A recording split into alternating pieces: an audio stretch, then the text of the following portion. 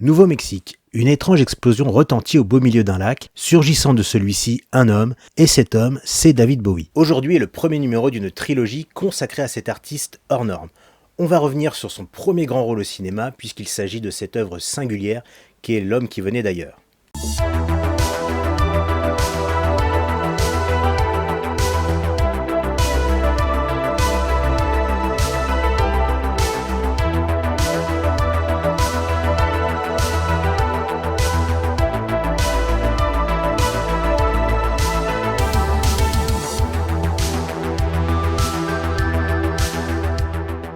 Nous sommes en 1976, Bowie sort de sa tournée Diamond Dogs Tour en 1974, entérinant le glam rock et son personnage de Ziggy Stardust pour s'attaquer à un nouveau projet, un album plus orienté soul funk, Young Americans, en collaboration avec Lennon et McCartney sur certains morceaux, ainsi que Carlos Alomar, Luther Vandross, George Murray et Dennis Davis. Il entrera dans sa période la plus sombre, teintée pourtant de blanc, car il s'agira pour lui de sa rencontre avec une certaine poudre blanche. Il ne consommera pour ainsi dire que ça et du lait.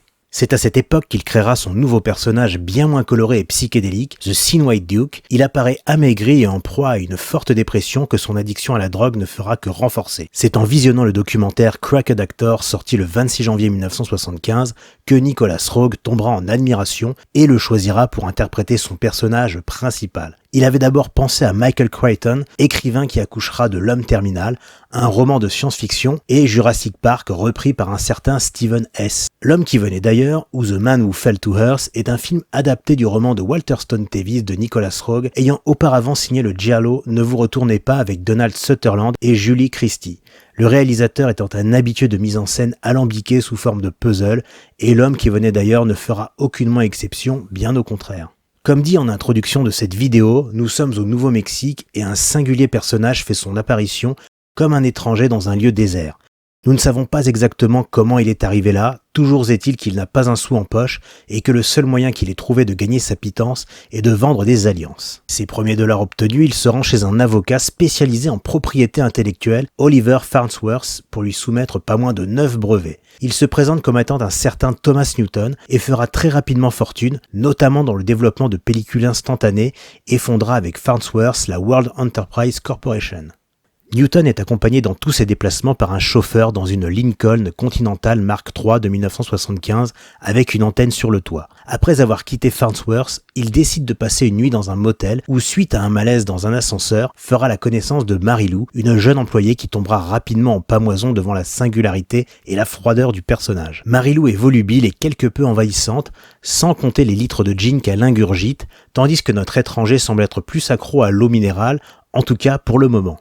Et l'eau, il en a bien besoin, car sa venue ici est corrélée avec le fait qu'il en manque chez lui. Thomas Newton n'est autre qu'un extraterrestre qui entreprend la lourde mission mais néanmoins nécessaire de venir sur Terre se ravitailler en eau, car sa planète en manque cruellement. Il est en avance d'un point de vue technologique, c'est la raison pour laquelle il détient autant de brevets en matière d'ingénierie et de physique. Le but étant de faire fortune afin de créer un vaisseau spatial capable de faire les trajets pour approvisionner sa planète en eau. Il recrutera pour son projet Nathan Bryce, un professeur d'université attiré par la photographie, mais ce ne sont pas les natures mortes qui l'attirent, mais bien les natures vivantes, si vous voyez ce que je veux dire. Newton s'installe alors dans une maison près d'un lac avec Mary Lou.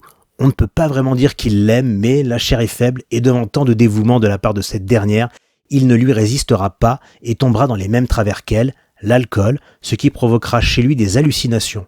Son comportement changera. Il a beau avoir une personnalité mystérieuse, il se montrera de plus en plus étrange, mais Mary Lou sait à quoi s'en tenir. Mais qu'est-ce que t'as? Oh, arrête ces saloperies de télévision et réponds-moi, Tommy. Mais parle-moi. Mais qu'est-ce qui se passe, Tommy? J'arrive pas à comprendre. Pourquoi tu me dis pas?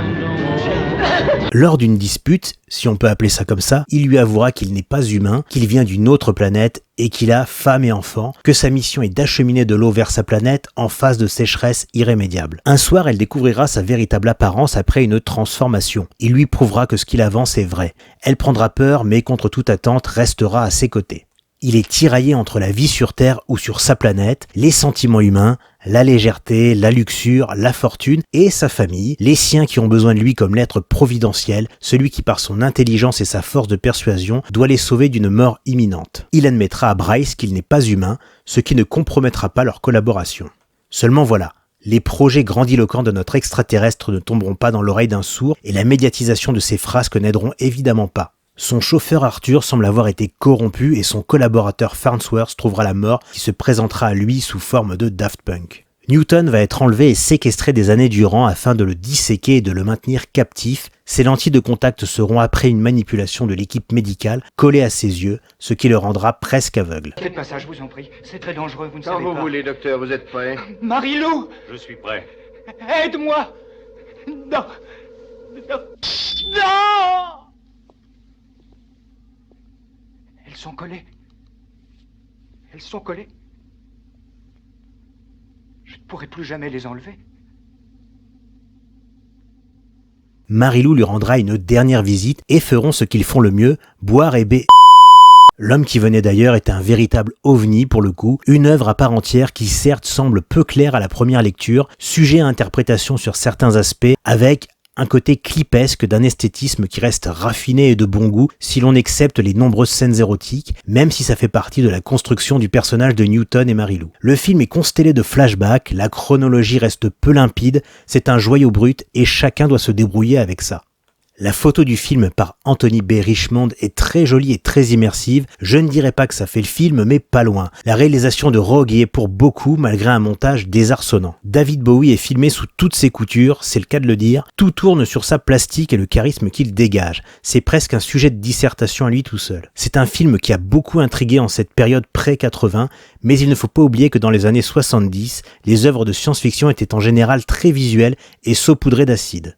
Marie-Lou est interprétée par Candy Clark qui joua le rôle de Debbie dans les deux American Graffiti où elle obtiendra un Oscar de la meilleure actrice pour le premier et dans la saison 3 de Twin Peaks où David Bowie avait donné son accord pour un caméo mais qui décéda en 2016. Rip Torn joue Nathan Bryce que l'on a pu voir dans de nombreux films mais certains s'en souviendront surtout pour son rôle d'agent Z dans Men in Black. Farnsworth est interprété par Buck Henry vu notamment dans Catch-22 de Mike Nichols. Il coécrira avec Mel Brooks la série Max la menace. David Bowie ne fera pas la bande originale du film, Rogue lui préférant John Phillips du groupe The Mamas and Papas. En revanche, il utilisera pour 2 de ses albums des images tirées du film pour la pochette de Station to Station et Low de la trilogie berlinoise. Il écrira une comédie musicale avec Enda Walsh, Lazarus, se voulant être une suite de L'homme qui venait d'ailleurs, qui est sa dernière œuvre majeure avec l'album Black Star avant qu'il ne s'éteigne. Voilà, ce premier numéro de la trilogie est maintenant terminé.